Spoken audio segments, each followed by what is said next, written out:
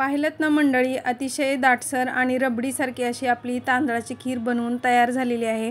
तर पितृपक्षामध्ये तांदळाच्या खीरीला अनन्यसाधारण असं महत्त्व आहे। ही तांदळाची खीर ही बनवलीच जाते। तर जेव्हा आपण तांदळाची खीर बनवतो ना, तर कधी-कधी काय होतं की ती व्यवस्थित शिजत नाही, त्याला एकसारखा दाटसरपणा येत नाही किंवा चवीला पण तेवढी छान लागत नाही। तर आज ही तांदळाची खीर कशी बनवायची ते मी तुम्हाला दाखवणार आहे। चवीला तर ही अतिशय चविष्ट अशी लागते आणि झटपट बनवून तयार होते। तरी ते दूध न आटवता किंवा याच्यामध्ये मिल्क पावडर न घालता आणि तांदूळ न भिजवता किंवा कोणतीही पूर्वतयारी न करता तुम्ही झटपट अशा पद्धतीने रबडीसारखी अतिशय चविष्ट आणि दिसायला पण एकदम सुंदर अशी ही तांदूळाची खीर नक्कीच बनवू शकता। तर या व्हिडिओमध्ये तुम्हाला खूप साऱ्या टिप्स दिलेल्या आहेत आणि योग्य पद्धतीने मी ते माहिती दिलेली आहे। तर तांदळाची खीर बनवण्यासाठी सर्वात अगोदर आपल्याला बदाम भिजत घालायचे आणि हे बदाम आपल्याला गरम पाण्यामध्ये भिजत घालायचे आहेत। नंतर इथे खीर बनवण्यासाठी मी इंद्रायणी तांदूळ घेतलेला आहे, कारण इंद्रायणी तांदूळामध्ये स्टार्च भरपूर प्रमाणात असतात, त्यामुळे आपल्या खीरीला एकतर दाटसरपणा येतो आणि चवीलाही ती अतिशय चविष्ट अशी लागते। तर इथं आपण तांदूळ फक्त पाण्यामध्ये धुवून घेतलेला आहे स्वच्छ, त्याला भिजत घातलेलं नाही। आणि नंतर इथे मी थोडंसं केशर दुधामध्ये भिजत घातलेलं आहे, जेणेकरून त्याला पण रंग छान येईल। आणि आता हे भिजत घातलेले बदाम पटकन सोलले जातात, कारण आपण याच्यामध्ये गरम पाणी घातलं होतं। अशा पद्धतीने सर्व बदाम सोलून घ्यायचे। नंतर इथे काही काजू घ्यायचे आहेत, ते पण याच्यामध्ये घालून घ्यायचे आणि नंतर आपल्याला धुवून घेतलेले तांदूळ पण याच्यामध्ये घालून घ्यायचे आहेत आणि याला वाटून घ्यायचं आहे। तर वाटून घेत असताना एकदम बारीक पण नाही वाटायचं, थोडंसं ओबडधोबडच वाटायचं, म्हणजे आपल्या खीरीला असं रवाळ टेक्स्चर येतं आणि ती एकदम रबडीसारखी बनवून तयार होते। तर अशा पद्धतीने याला वाटून घ्यायचं आहे। नंतर इथे मी कढई गरम करायला ठेवली आणि त्याच्यामध्ये 2 चमचे तूप घालून घेतलेलं आहे आणि हे जे वाटण आहे ना, ते वाटण याच्यामध्ये आपल्याला घालून घ्यायचं आहे आणि याला तुपामध्ये छान असं परतून घ्यायचं आहे। तर आपण इथे कुकरमध्ये नाही तर कढईमध्ये ही खीर बनवून तयार करत आहोत। तर हे जे मिश्रण आहे ते आपल्याला अगदी 1 मिनिटभर तुपामध्ये छान परतून घ्यायचं। असं परतून घेतल्यामुळे काय होतं, एकतर आपल्या खीरीला चव छान येते आणि आपल्या खीरीमध्ये गुठळ्या बनणार नाहीत, ती एकसारखी दाटसर अशी छान रवाळ बनते।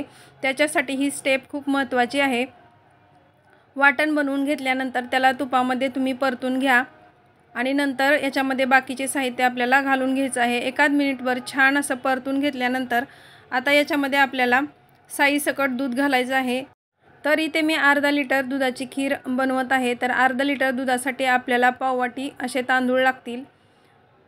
10 ते 11 मी ते बदाम घेतलेले आहेत, तसेच 8 ते 9 इथे काजू घेतलेले आहेत। अशा प्रमाणामध्ये जर तुम्ही खीर बनवली तर तुमची खीर एकदम चवीला चविष्ट आणि एकदम रबडीसारखी बनवून तयार होईल।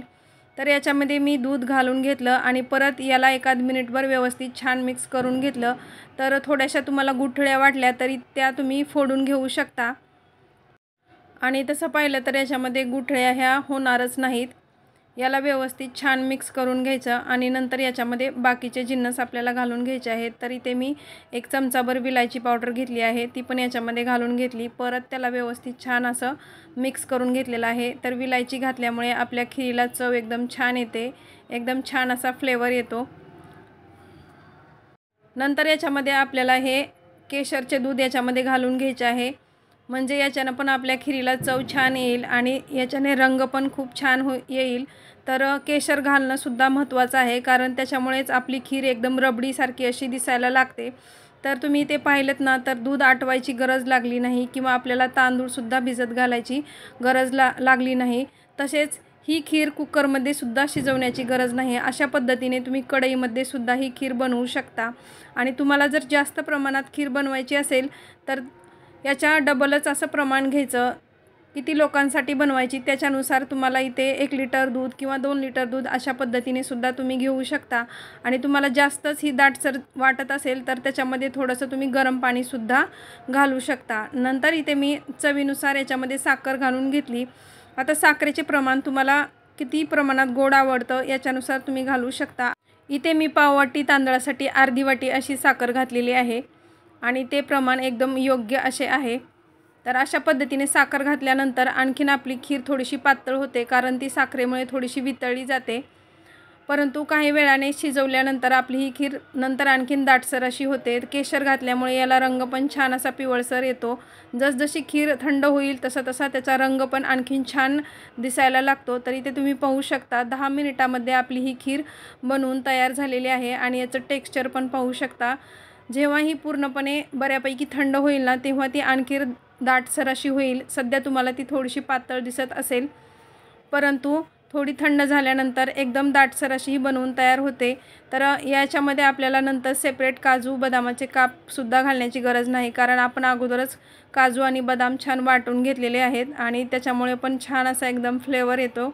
इथे थंड झाल्यानंतर तुम्ही पाहू शकता अगदी रबडीसारखी आणि पाहताच तोंडाला पाणी सुटणारी, खावीशी वाटणारी अशी आपली ही तांदळाची खीर बनवून तयार झालेली आहे.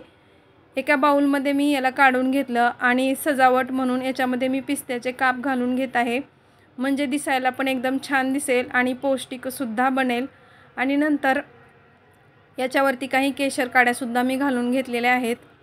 अशा पद्धतीने जर तुम्ही तांदळाची खीर बनवली ना, तर तुम्हाला ती नक्कीच आवडणार आहे.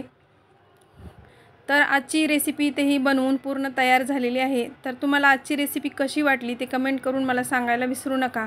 आणि रोहिणीज रेसिपी चॅनलला लाईक, सबस्क्राईब आणि शेअर पण करा. परत भेटूया अशाच एखाद्या छानशा रेसिपीसोबत. तोपर्यंत हेल्दी खा, हेल्दी राहा आणि रोहिणीज रेसिपी पाहत राहा. माझी रेसिपी पाहिल्याबद्दल धन्यवाद.